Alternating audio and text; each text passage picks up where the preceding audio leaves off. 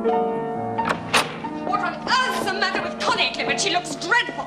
Well, she's a little paler, certainly. Haven't you done anything about it? Do you think that's really necessary? Yes, I do. She's been under a tremendous strain of late. I want her to come to London and stay with me. And while she's there, she can see a decent doctor. She can see Dr. Shardlow here. She needs rest, Clifford. Her mother worried herself to death. We're not taking any risks with Connie. You really must have a nurse. Someone to look after you. I've had enough of nurses, thank you. You're not a cheerful man to wait on, Clifford. Oh, and am I expected to be cheerful? Not if you don't want to be. But you mustn't pour all your depression over Connie. You can see what it does to her. I say you ought to have a nurse. And are you the person to tell me so? It looks like it, doesn't it? And Connie's coming with me to London tomorrow.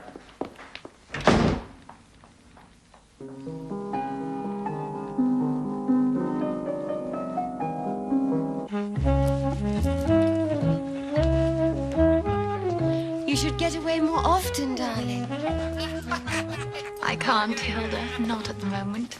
I must get a nurse for Clifford. Then when he's used to her, I could get away. Maybe in the summer. Well, you know Father's invited us to Mandalay. Oh, Hilda, we could go together. Wouldn't that be fun? Like our old student days in Germany. What we really need is a Florence Nightingale for Clifford. Well, I have thought of someone. Mrs. Bolton. Who's Mrs. Bolton? She's the district nurse.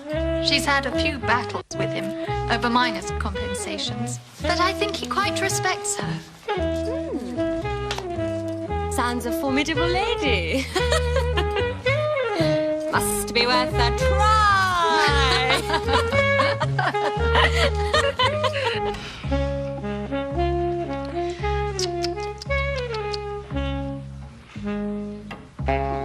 Dear me.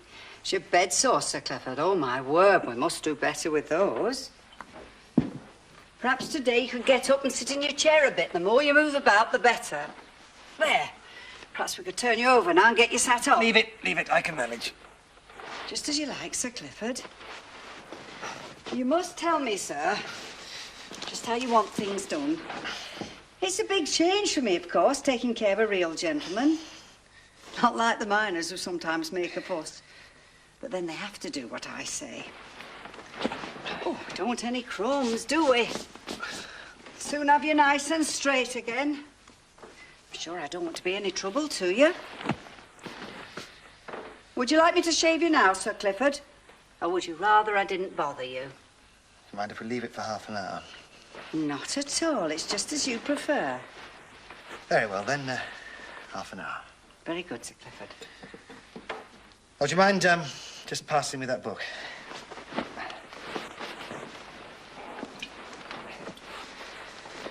No, not that one, the yellow one.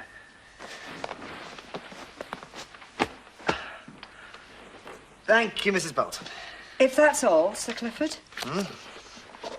Yes, that's all.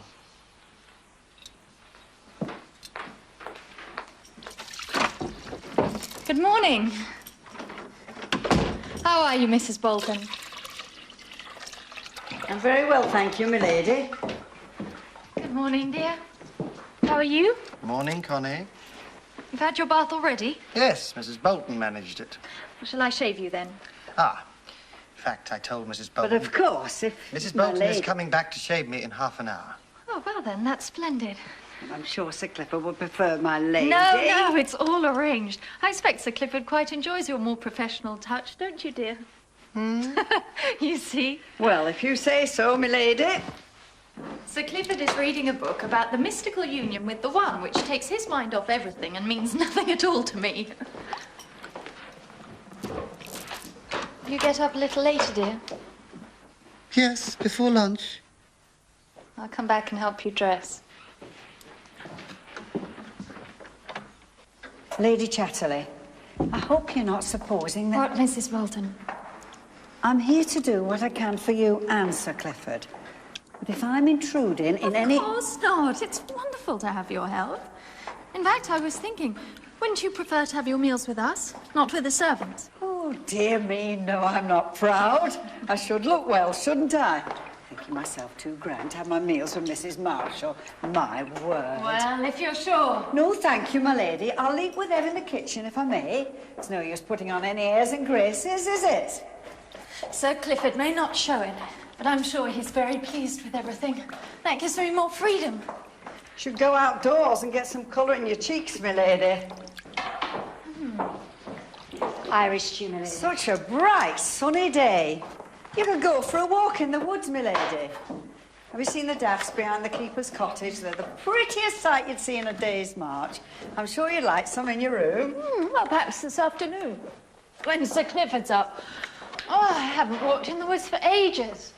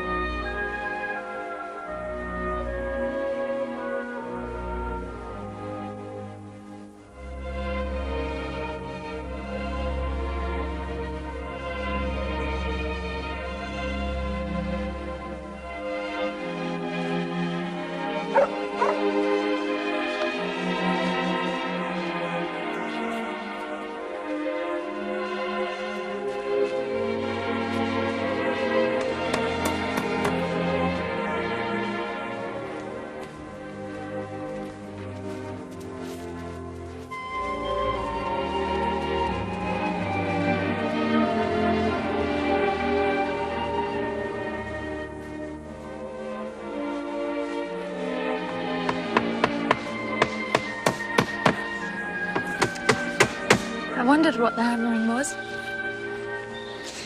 You're mending the chicken coops for your hens. Aye. They'll be nesting on the pheasant's eggs soon. Well, shall you sit down for a while? There's a little bench up there. You've not been well, I know. Yes, I think I will. Thank you. I'll carry on then.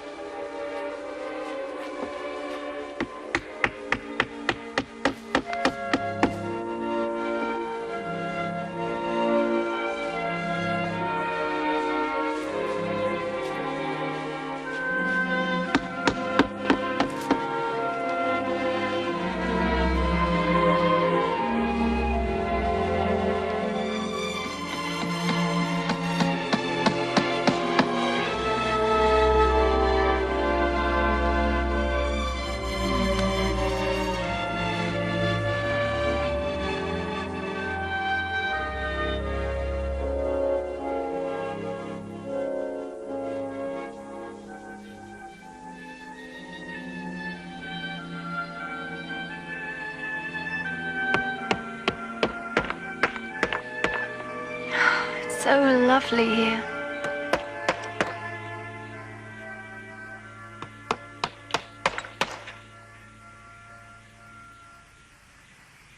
I should like to come to the hut sometime, just to sit here and... You lock the door when you're not here, don't you? Aye. Are there 2 keys? No. Could you get another one? Another key for the hut? Yes. Don't you understand what I'm saying? Oh, I understand, my lady. But where am I to find another key if Sir Clifford hasn't got one? Well, has he another? You might have. Well, then I'll ask him for it.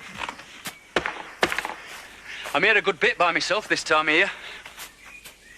What do you mean? I mean, now the birds will start laying.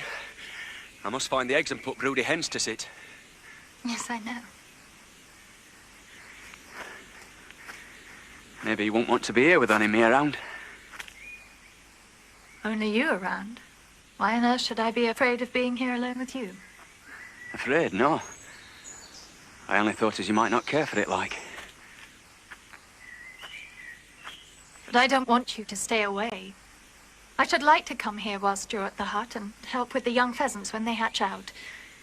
It's Sir Clifford's hut. And your ladyship pleases herself. One last thing. If Sir Clifford hasn't got a key, you'll have another one made up from the one you've got. Do you understand? If you let me know when you want it.